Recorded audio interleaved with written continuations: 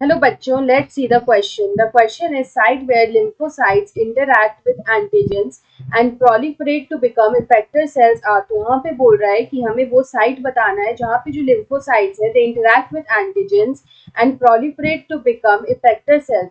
Option A is spleen and lymph nodes. Option B is bone marrow and thymus. Option C is Peyer's patches and tonsils. And option D is both A and C.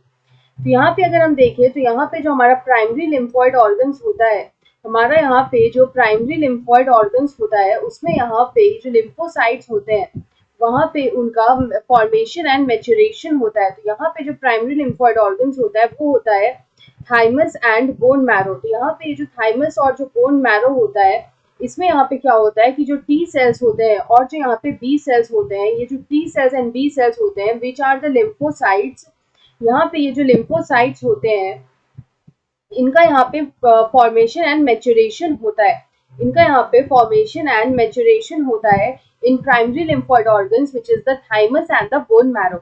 यहाँ पे ये via blood migrate करते हैं to secondary lymphoid organs. यहाँ पे ये secondary lymphoid organs जो है वहाँ पे ये माइग्रेट करते हैं वाया ब्लड के थ्रू। तो यहाँ पे क्या होता है कि ये जो सेकेंडरी लिम्फॉइड ऑर्गन्स होते हैं यहाँ पे इसके कैटेगरी में आता है spleen, lymph nodes. These are secondary lymphoid organs. Lymph nodes, Peyer's patches and tonsils. और यहाँ पे जो टॉन्सिल्स होते हैं वो यहाँ पे ये सारे जो है सेकेंडरी लिम्फॉइड ऑर्गन्स होते हैं। और यहाँ पे ये जो लिम्फोसाइट्स हैं यानी कि ये जो बी सेल्स और टी सेल्स है, ये जो लिम्फोसाइट्स होते हैं यहाँ पे इनका प्रोलिफरेशन होता है।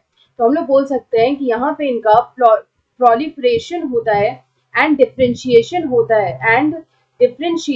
होता है। तो यहाँ पे अगर हम इस क्वेश्चन का करेक्ट आंसर देखें तो हमसे यही पूछा था कि जो लिम्फोसाइट्स है they interact with antigens and proliferate to become effector cells. तो यहाँ पे जब इनका प्रोलिफरेशन एंड डिफरेंशिएशन होता है टू बिकम इफेक्टर सेल्स, तो ये होता है यहाँ पे सेकेंडरी लिम्फॉइड ऑर्गन्स में। It happens in secondary lymphoid organs. और यहाँ पे जो सेकेंडरी लिम्फॉइड ऑर्गन्स होते हैं वो होता है हमारा यहाँ पे spleen, lymph nodes, pairs patches and tonsils. तो यहाँ पे अगर हम इस क्वेश्चन का करेक्ट आंसर देखें तो हमारा ऑप्शन ए में यहाँ पे दे रखा है spleen and lymph nodes which is correct, और ऑप्शन सी में दे रखा है pairs patches and tonsils which is also correct.